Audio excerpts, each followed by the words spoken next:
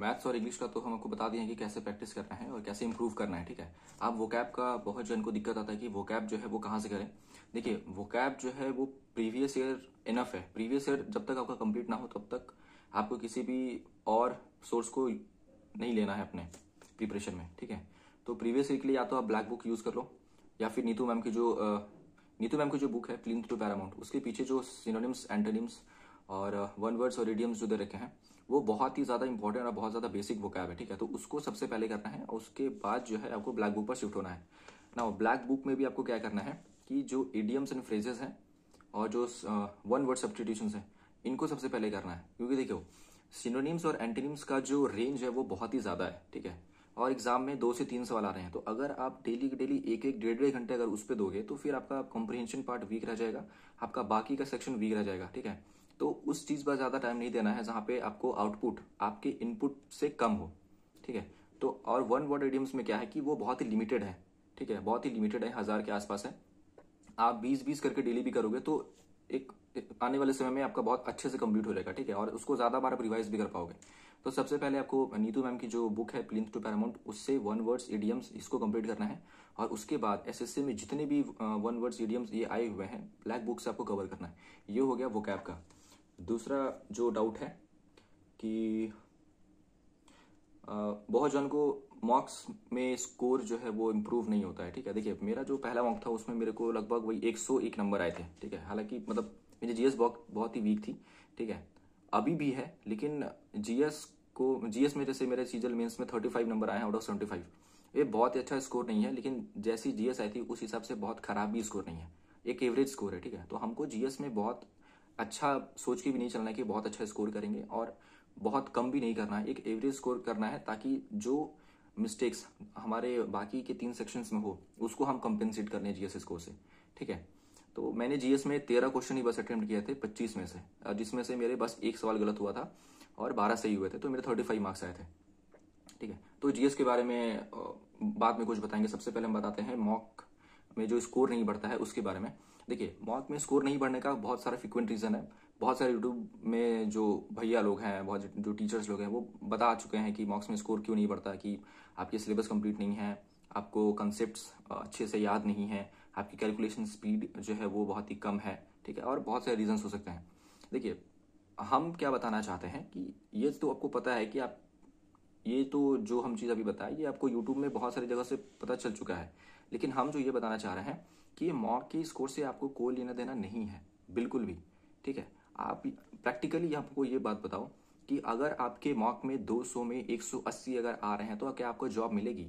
बिल्कुल नहीं मिलेगी। अगर आपके मॉक में 200 में से अगर 50 नंबर आते हैं तो क्या आपका जिंदगी खराब हो जाएगा, या फिर ऐसा है कि आपका अटेम्प्ट खराब हो गया, आपका 1 साल बर्बाद हो गया? नहीं हुआ, बिल्कुल नहीं हुआ। आप आज 50 लेके आ रहे हो तो आप 2 महीने बाद, 3 महीने बाद 100 तक पहुंचोगे, 130 पहुंचोगे, 150 पहुंचोगे।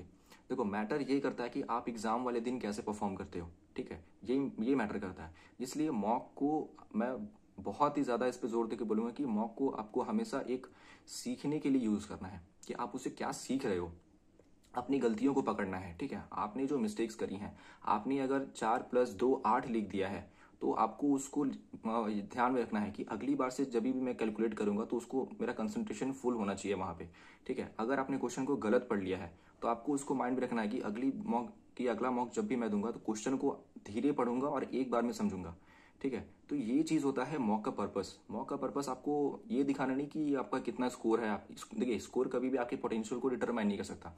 मैं ट्रूथ बताता हूँ, मेरे ओली बोर्ड मॉक्स में, टेक्स्ट बुक मॉक्स में कभी भी मतलब रेयरली मेरे 300 प्लस गए थे, ठीक है। ओली बोर्ड में मेरे को 266 मार्क्स भी आए हैं। टेक्स्ट बुक में मेरे को 275, 280, 285, 290, 300, 303, 304, ठीक है। मैक्सिमम मेरे 312-13 तक गए हैं, मैक्सिमम, वो भी 1 से 2 बार, ठीक है। लेकिन सीजीएल जो हमारा मेंस का एग्जाम हुआ था उसमें मेरे 317 रॉ मार्क्स आए थे, ठीक है। और मेरी 317 मेरे रॉ मार्क्स आए थे 6 मार्च के शिफ्ट में, और जो सेकंड हार्डेस्ट शिफ्ट था अकॉर्डिंग टू एनालिसिस, ठीक है, उसमें मेरे 317 थे, और फिर नॉर्मलाइज होकर के वो 325.9 के आसपास हुआ है। तो अब आप ये सोच के देखो कि मेरे जो 266 मार्क्स आते थे मॉक्स में, ठीक है, क्या उससे डिटरमाइन हुआ, या फिर जो मैंने 317 स्कोर किया है एग्जाम में और मुझे जो एग्जामिनर की पोस्ट मिली है उससे डिटरमाइन हुआ कि मैंने कैसे तैयारी करी थी? ऑब्वियसली जो मैंने एग्जाम में दिया है उससे डिटरमाइन होता है कि मैंने कैसे तैयारी करी थी, ठीक है। तो मॉक का पर्पस बस ये है कि आपको अपनी गलतियां बताना, आपको अपने मिस्टेक्स बताना कि आप कहाँ पे गलती कर रहे हो, आपको ये बताना कि एसएससी आपसे क्या डिमांड कर रही है, आपको किन चैप्टर्स पर ज़्यादा फोकस करना है, कौन से चैप्टर्स आपके स्ट्रांग हैं उसको बस साथ में प्रैक्टिस करता है, और जो चैप्टर वीक हैं उनको स्ट्रांग करना है। मॉक का पर्पस बस ये है। अगर आपको देखना है तो आप उसमें परसेंटाइल देखो, आपकी परसेंटाइल कम से कम 85 प्लस रहनी चाहिए, ठीक है। 90 प्लस तो ऐसे तो कहते हैं कि 90 प्लस 94 प्लस होना चाहिए, लेकिन अगर आप शुरुआती दौर में हो तो कोशिश करो कि आपका परसेंटाइल जो है वो 85 प्लस रहे। परसेंटाइल आपको इंक्रीज करना है, ठीक है। जरूरी नहीं है कि 200 में से 180 आएगा तो ही आपकी परसेंटाइल 95 प्लस जाएगी। टफ मॉक्स में अगर आप 130 भी स्कोर कर रहे हो तो अभी आपका परसेंटाइल 94 95 प्लस जा सकता है, ठीक है। तो ये हो गया मॉक का पर्पस। दूसरा हो गया मॉक्स के लिए कॉपी मेंटेन करने का बात, ठीक है। देखिए मैंने मॉक मैथ्स के लिए, इंग्लिश के लिए, रीजनिंग के लिए, सबके लिए कॉपी मेंटेन करी थी, ठीक है। मैं आपको वो कॉपी दिखाता हूँ मैथ्स का। ये मेरी सेकंड कॉपी है, ठीक है। देखिए जो भी क्वेश्चन मेरे, देखो यहाँ पे मैंने ये लिख रखा है, ठीक है।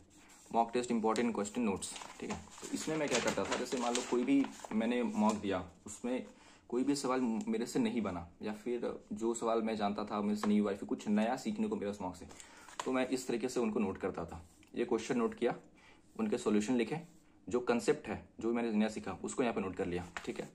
अगर कुछ कंसेप्ट है तो उसको यहाँ नोट किया, उसको हाईलाइट किया, ये क्वेश्चन लिखा, जो कंसेप्ट है उसको यहाँ पे लिखा, उसको सॉल्यूशन यहाँ पे लिखा, ठीक है। उसके बाद देखिए जैसे प्रॉफिट एंड लॉस में एक अच्छा सवाल था तो मुझसे नहीं बना था, तो मैंने उसको नोट किया, यहाँ पर सॉल्यूशन लिखा अच्छे से समझ करके, ठीक है। तो इस तरीके से आपको मैथ्स के लिए जो है वो एक नोट कॉपी बनाना है, और जो भी मॉक लगाओगे, जैसे मान लो 25 क्वेश्चन का अगर है मैथ्स का, तो उसमें 2 से 3 ऐसे क्वेश्चन होंगे जो आपको नहीं आएंगे या फिर कुछ नया सीखने को मिलेगा, तो उनको नोट करना है कॉपी में, ठीक है। और उस कॉपी को आपको हर बीच बीच में आपको रिवाइज करना है, और रिवाइज देख के नहीं करना, रिवाइज आपको लिख के करना है, ठीक है। क्वेश्चन पढ़ना है और उसका सोल्यूशन बनाना है बीच बीच में, ठीक है। तो देखिए मैथ्स कभी भी देख के रिवाइज नहीं होता, मैथ्स हमेशा हाथ चला के रिवाइज होता है। आप जितना पेन घसोगे आपके मैथ्स उतनी तगड़ी होती जाएगी, ठीक है। ये हो गया मॉक कॉपी का। उसी तरह आपको इंग्लिश में भी करना है। इंग्लिश में अगर आपको कोई नया रूल मिलता है, कुछ नया वोकैब मिलता है, कुछ नया वन वर्ड इडियम कुछ भी मिलता है, ठीक है, तो आपको उसको नोट करना है डायरी में। उसी तरह रीजनिंग में हो गया, रीजनिंग में आपको अगर आपको कुछ एक नया पैटर्न मिलता है या फिर कोई सवाल आपसे नहीं बना नंबर सीरीज का, कोडिंग डिकोडिंग का, तो ये आपको एक कॉपी में नोट करते जाना है, ठीक है, और उस चीज़ को रिवाइज करना है, ठीक है। तो ये हो गया जो मॉक का जो कॉपी होता है उसको मेंटेन करने का, ठीक है। अच्छा उसके बाद क्या हो गया, सिलेबस कंप्लीट करने के बारे में मैंने आपको बता ही दिया। कौन कौन सा बुक यूज़ करना है सिलेक्शन के लिए। देखिए एसएससी में अभी जो सीन चल रहा है उस हिसाब से आपको बहुत सारा बुक यूज़ नहीं करना है। प्रीवियस ईयर जिस बुक में एसएससी का प्रीवियस ईयर है वो बुक आपके लिए एनफ है, ठीक है। बस प्रीवियस ईयर पे आपको स्टिक रहना है, और बाकी की जो एक्स्ट्रा चीज़ें हैं वो आपको मॉक से मिल जाएंगी। तो अगर आपको बुक लेना है तो आप किरण पब्लिकेशन या फिर पिनेकल, मैंने पिनेकल पब्लिकेशन की बुक यूज़ की थी, मैथ्स की, रीजनिंग की, इंग्लिश की और जीएस की, ठीक है। तो ये 4 बुक मैंने यूज़ किए थे पिनेकल पब्लिकेशन के, और मैथ्स, इंग्लिश और रीजनिंग इन सारी किताब को मैंने अच्छे से लगाया था। जब मैं 2021 में प्रिपरेशन कर रहा था तो उसमें एमबी पब्लिकेशन को मैंने 4 से 5 बार खत्म किया था अच्छे से, ठीक है। तो अभी ये पिनेकल आ गई है तो पिनेकल आप ले लो अच्छे से और उसको लगाओ, और एक बुक को बार बार लगाना है जब तक आपका बुक रंग ना जाए ना पेन से टिक कर करके, कि एक बार टिक किया फिर दूसरी बार लगाया, फिर दूसरी बार टिक किया, तीसरी बार लगाया, फिर तीसरी बार टिक किया, तब तक आपको लगाते रहना है, ठीक है। 2 से 3 बार लगाओगे और उसके बाद फिर आपको ऑनलाइन प्रैक्टिस पर शिफ्ट कर जाना है, ठीक है। उसके बाद कैलकुलेशन स्पीड।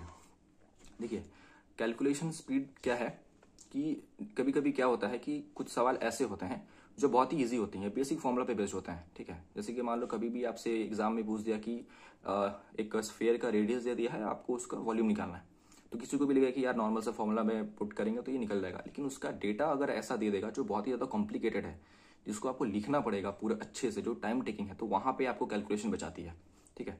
कैलकुलेशन से आप अपना बहुत अच्छा खासा टाइम बचा सकते हो मैथ्स में और रीजनिंग में। कैलकुलेशन के लिए मैंने क्या किया था, देखिए जो प्रैक्टिकल, देखिए कैलकुलेशन में आप यूट्यूब पे बहुत सारा वीडियोस है जो आपको शॉर्ट ट्रिक्स बताते हैं, ठीक है। 2 डिजिट्स का मल्टीप्लाई करने का शॉर्ट ट्रिक, 3 डिजिट्स का मल्टीप्लाई करने का शॉर्ट ट्रिक, स्क्वायर करने का शॉर्ट ट्रिक, ठीक है।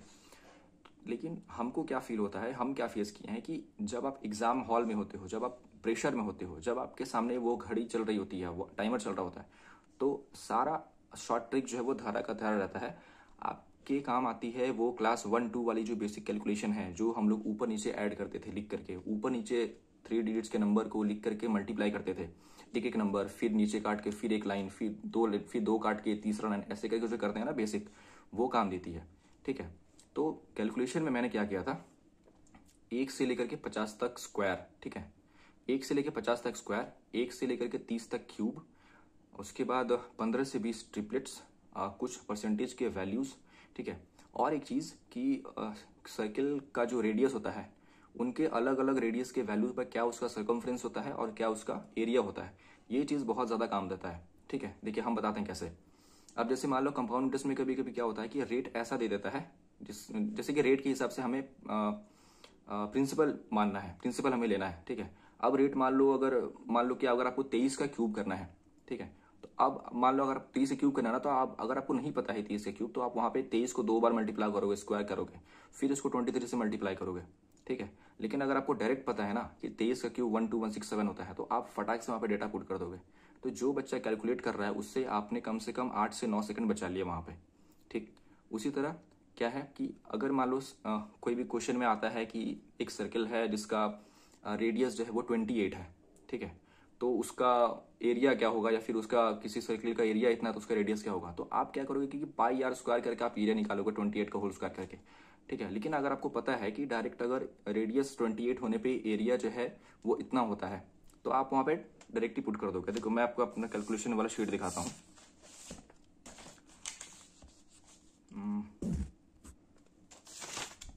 देखिए ये मैंने डायरी में ये नोट करके रखा था जितने भी टेबल्स हैं।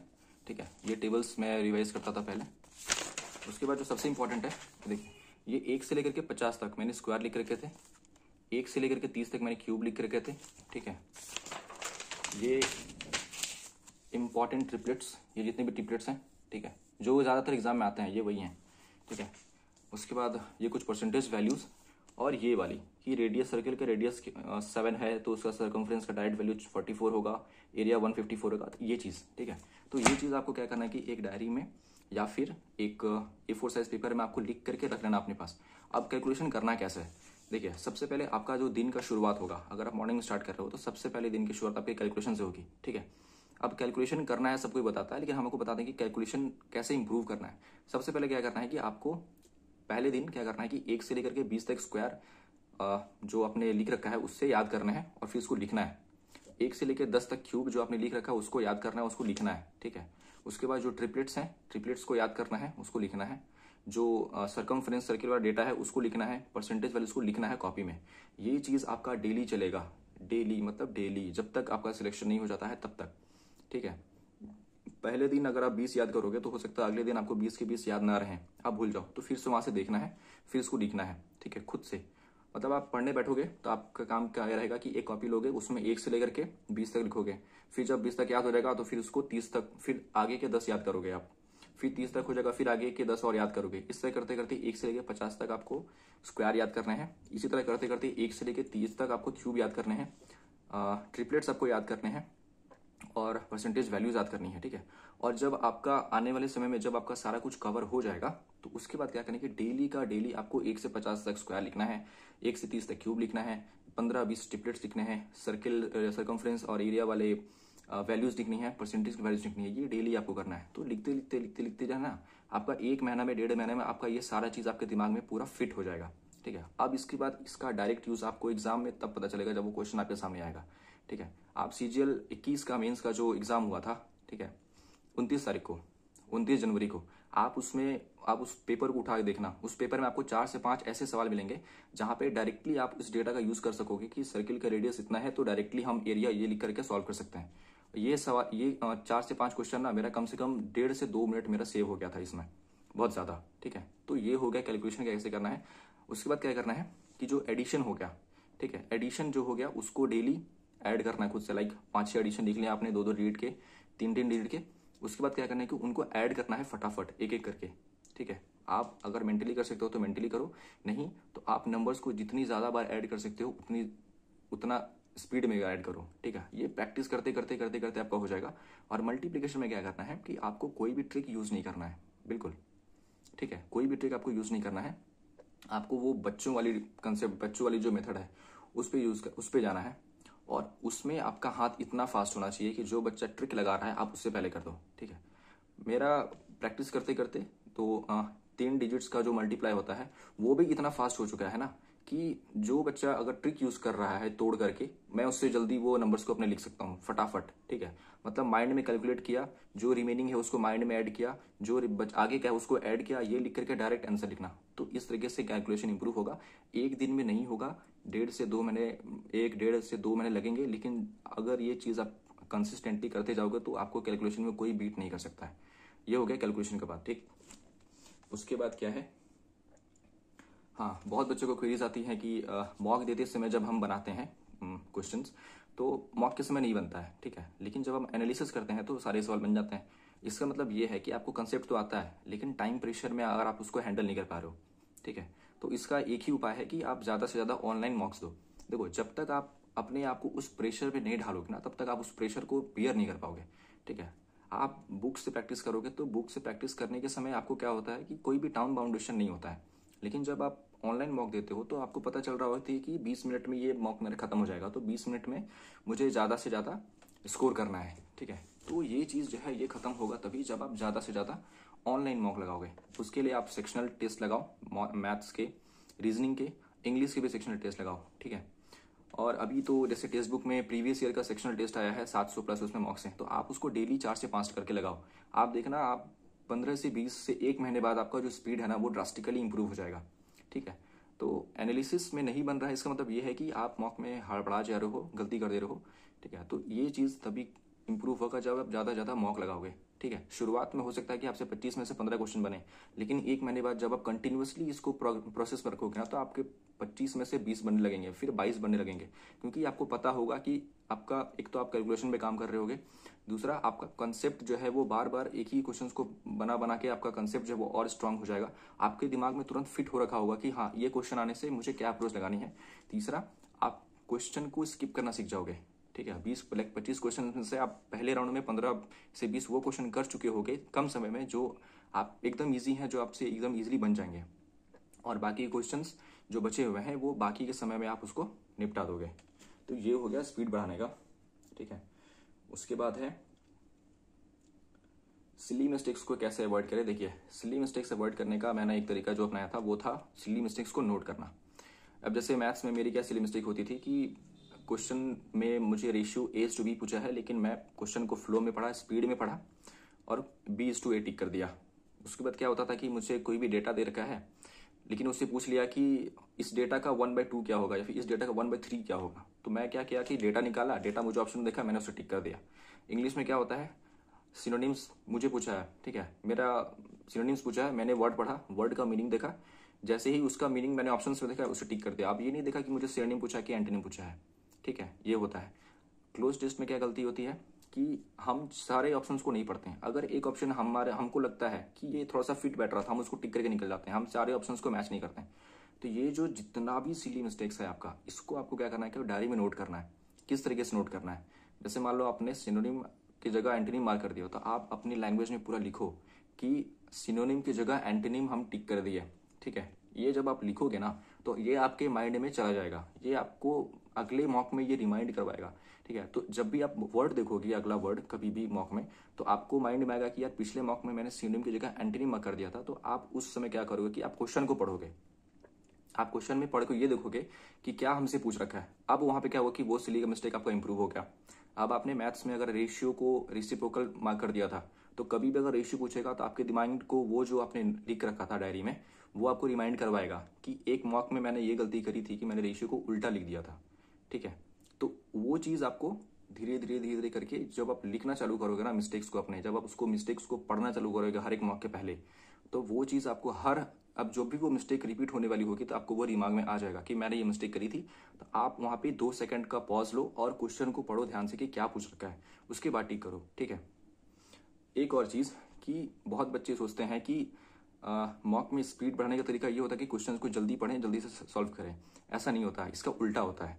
जब आप क्वेश्चन को ईजी एकदम आराम से रीड करोगे, आराम आराम से जैसे आप बुक पढ़ते हो, उस समय आपका टाइम बचता है, ठीक है। क्योंकि जब आप फास्ट पढ़ते हो तो एक तो आपको क्वेश्चन समझ में नहीं आती, दूसरी चीज़ आप डेटा को गलत इंटरप्रेट कर लेते हो, तीसरी चीज़ आपको सोचना पड़ता है।